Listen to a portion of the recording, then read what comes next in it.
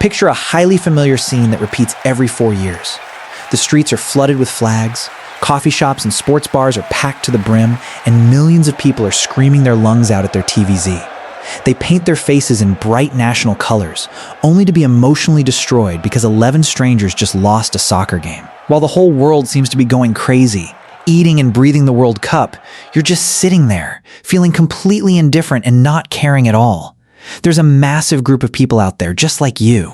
People for whom watching a national team lift the prestigious golden trophy or a player score in the 90th minute brings absolutely zero emotion. According to neuroscience, your brain might actually be wired completely differently.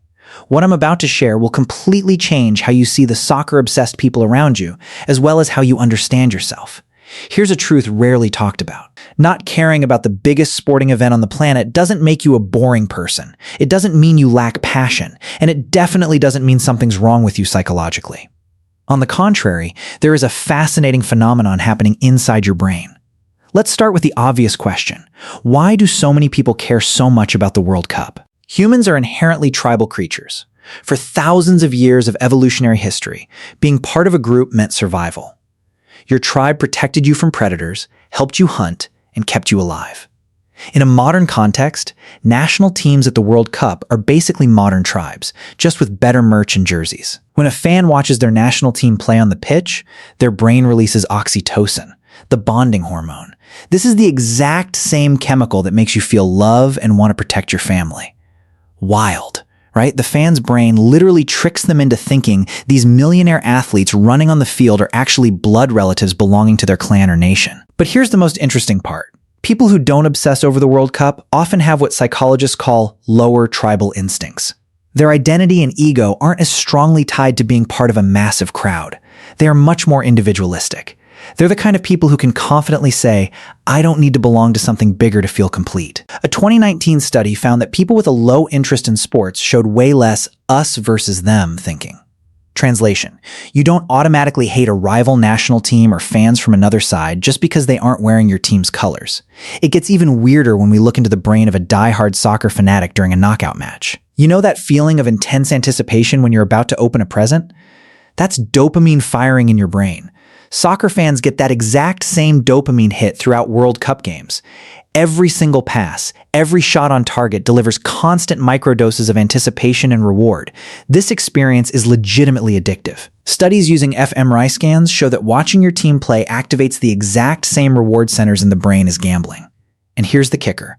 The unpredictability is what creates the overwhelming power of a tournament like the World Cup. You never know for sure if your team will win or if they'll be dragged into a nerve-wracking penalty shootout, and that uncertainty keeps the dopamine flowing.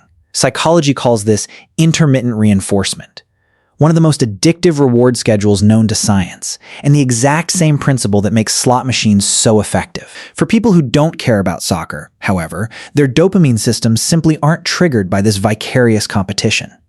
Your indifference might actually stem from your genetic makeup. Research from the University of Chicago suggests that variations in dopamine receptor genes can predict how much someone cares about competitive spectator activities. Think about that. Your complete indifference to which team gets eliminated from the World Cup might literally be written in your DNA. There's yet another deep psychological layer. World Cup fans often engage in a phenomenon called burgeoning, basking in reflected glory. When the national team wins, they proudly declare, "We won." But when the home team suffers a humiliating defeat, they immediately switch pronouns. They lost. People who don't obsess over the World Cup are far less likely to engage in this kind of psychological distancing. You are more consistent in your self-concept. You don't need superficial victories from 11 strangers on a screen to feel successful.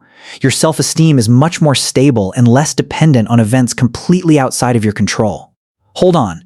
Before anyone rushes to judge, I'm not saying one lifestyle is superior to the other. What I am saying is there are legitimate psychological differences, and understanding them provides fascinating perspectives. There's a seemingly contradictory paradox here. Soccer fans often score higher on certain empathy measures. They practice caring deeply about the struggles of others, sobbing when they see a player get injured, even when those people are complete strangers. So why don't non-soccer fans feel that same empathy? The answer lies in empathy allocation. Everyone has a limited capacity for caring deeply about things. People who don't watch the World Cup often direct that empathy toward completely different places: social causes, personal relationships, creative projects, or intellectual challenges. A 2021 study found that people with low sports interest scored way higher in openness to new experiences, as well as a love for art and beauty. Their brains are seeking the exact same reward, meaning, and connection. They're just finding it in music, nature, or great ideas rather than a soccer tournament. Besides, for some people, not caring about soccer is actually a defense mechanism. Maybe they felt excluded by mob culture, or they are pushing back against the aggressive competitiveness often tied to sports fandom. Or maybe they just never understood why grown adults scream at a television over a lifeless ball. The core difference that explains why these two groups often can't understand each other comes down to how they experience meaning. World Cup fans find meaning in the narrative, the underdog story, the epic comebacks, or historic rivalries. It's compelling because it's unpredictable real-life drama with genuine stakes. Conversely, people who don't care often find that randomness meaningless. They'll ask themselves, why would I emotionally invest in an outcome I can't control, performed by people I don't know, in a game that doesn't affect my actual life in any way? Researchers call this the contrast between parasocial investment and direct engagement. Soccer fans build one-sided relationships with famous players. Meanwhile, people who skip the World Cup prefer to invest their emotional energy where there is actual reciprocity, where their care impacts the final outcome, and where they get to be participants rather than mere spectators. And here is a truly thought-provoking reality.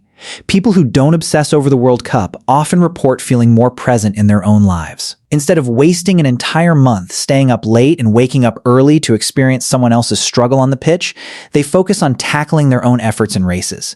There is something quietly radical and highly practical about that mindset.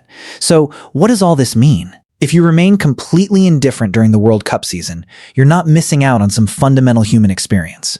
Your brain's reward system, your tribal instincts, and your empathy allocation are all simply calibrated differently. The next time someone excitedly asks you, "Did you see that epic match last night?" and you genuinely could not care less, to the point of not even knowing which team they're talking about. Remember this. You're not broken. You're not boring. You're just playing a completely different game of your own, and that is a perfectly wonderful thing.